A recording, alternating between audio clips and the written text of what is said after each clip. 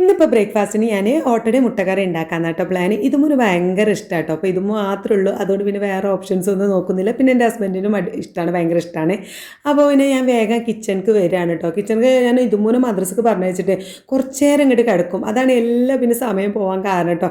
കുറേ ഇപ്പോൾ എണീക്കാന്നൊക്കെ വിചാരിച്ച് കിടന്നതാവും, പക്ഷേ പിന്നെ ഇത് ഫോൺ നോക്കി നോക്കി നോക്കി 8:15 8:30 ആവും ചിലപ്പോൾ. എഴുന്നേറ്റ് ആ സമയത്ത് തന്നെ വേഗം കിച്ചണിൽ പോയി ഉണ്ടാക്കുകയാണെന്നുണ്ടെങ്കിൽ നമുക്ക് ഇത്ര തിരക്ക് കൂട്ടി ഉണ്ടാക്കേണ്ട ആവശ്യമില്ല.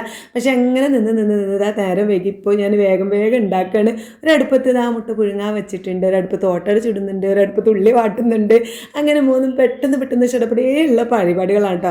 എന്തായാലും ഉണ്ടാക്കി ഇങ്ങനെ നിൽക്കുമ്പോഴേക്കും ഓള് വന്നു, ഇതുമ്പോൾ വന്നു. പിന്നെ വേഗം ഓളോട് യൂണിഫോമൊക്കെ മാറ്റി വാ, അപ്പോഴേക്കും നമ്മൾ ഫുഡ് ആവുള്ളൂ കാരണം. അപ്പോൾ ഓള് നല്ല കുട്ടിയായിട്ട് യൂണിഫോമൊക്കെ മാറ്റി വന്നപ്പോഴേക്കും സംഭവം ഒക്കെ ആയിട്ടുണ്ട്. ഞാൻ ഓക്കുള്ള ഓട്ടടയും കറിയൊക്കെ കൊടുത്തു. ബാക്കിയുള്ളതൊക്കെ ഞാൻ ഒരു പാത്രത്തിലാക്കി വെക്കാണ് കേട്ടോ, മൂപ്പർക്കുള്ളതൊക്കെ. എന്നാൽ പിന്നെ ആ പാത്രവും കാര്യങ്ങളൊക്കെ അപ്പം തന്നെ നമുക്ക് കഴുകി വെക്കാമല്ലോ എന്ന് കരുതി. പിന്നെ അതാ ഈ ചിക്കൻ ഫ്രീസറിൽ ഉണ്ടായിരുന്നു കുറച്ച്. അപ്പോൾ ഉച്ചക്കൊക്കെ ഉള്ളത് അതൊന്ന് ഐസ് കട്ടി കാര്യങ്ങളൊക്കെ പൊയ്ക്കോട്ടെ കരുതിയിട്ട് വെള്ളത്തിലിട്ട് വെക്കുന്നുണ്ട്. അങ്ങനെ എൻ്റെ ഒരു ലാസ്റ്റ് ഓട്ടടയൊക്കെ ചുട്ടപ്പോഴേക്കും എൻ്റെ ഹസ്ബൻഡ് വന്ന് പിന്നെ മൂപ്പർക്കുള്ള ഫുഡൊക്കെ ഒന്ന് എടുത്ത് കൊടുക്കുക കേട്ടോ. ഇതുമോ ആണെങ്കിൽ ഈ വൈകിച്ച് നിൽക്കുന്ന സ്കൂൾ കോതങ്ങ് നിൽക്കണ എന്തായാലും അവളപ്പച്ചിൻ്റെ ഇപ്പോൾ ബൈക്കുമ്മൽ പോകാൻ വേണ്ടിയിട്ടാണ്. ഒക്കെ ഇങ്ങനെ നടന്ന് പോകാൻ ഭയങ്കര മടിയാട്ടോ. മോള് നീനൊക്കെ എന്തോ നല്ല കുട്ടിയാണെന്ന് പറയും. ഓരൊക്കെ കറക്റ്റ് സമയത്തിന് ഓല തന്നെ പോകും, ഓല തന്നെ വരും. ഓലപ്പച്ചിനെ ഇതുവരെ ഒരു ബുദ്ധിമുട്ടിച്ചിട്ടുണ്ടായിരുന്നില്ല. ഇവളങ്ങനെയല്ല. ചെറിയ കുട്ടിയായതിൻ്റെ ഒരു കൊഞ്ചലും കുറുമ്പും ഒക്കെ അവൾക്കുണ്ട്. ഒക്കെ ഉളപ്പിച്ച് എന്നെ അങ്ങോട്ട് കൊണ്ടാക്കണം. അതിന് ഉച്ചക്ക് ഫുഡ് കഴിക്കാൻ വന്നാലും ഇതന്നെയാണ് കേട്ടോ സ്ഥിതി. അപ്പോൾ ഞാൻ പിന്നെ വേഗം ഏതായാലും മൂപ്പര് ഫുഡ് കഴിക്കുന്ന ആ സമയം അപ്പോൾ വേഗം മൊക്കനെയൊക്കെ കുത്തി കൊടുത്ത് വെള്ളക്കുപ്പിയൊക്കെ പാക്കാക്കിയതാ മുൻഭാഗത്ത് കൊണ്ടുപോയി വെച്ചിട്ടുണ്ട്. അങ്ങനെ ഓളെ കൊണ്ടാക്കാൻ പോയി. ഇനി വരുമ്പം എന്തെങ്കിലുമൊക്കെ സാധനങ്ങൾ വാങ്ങാനുള്ള ലിസ്റ്റൊക്കെ കൊടുക്കും. അപ്പോൾ അതൊക്കെ വാങ്ങിയിട്ടേ മൂപ്പര് വരുള്ളൂ.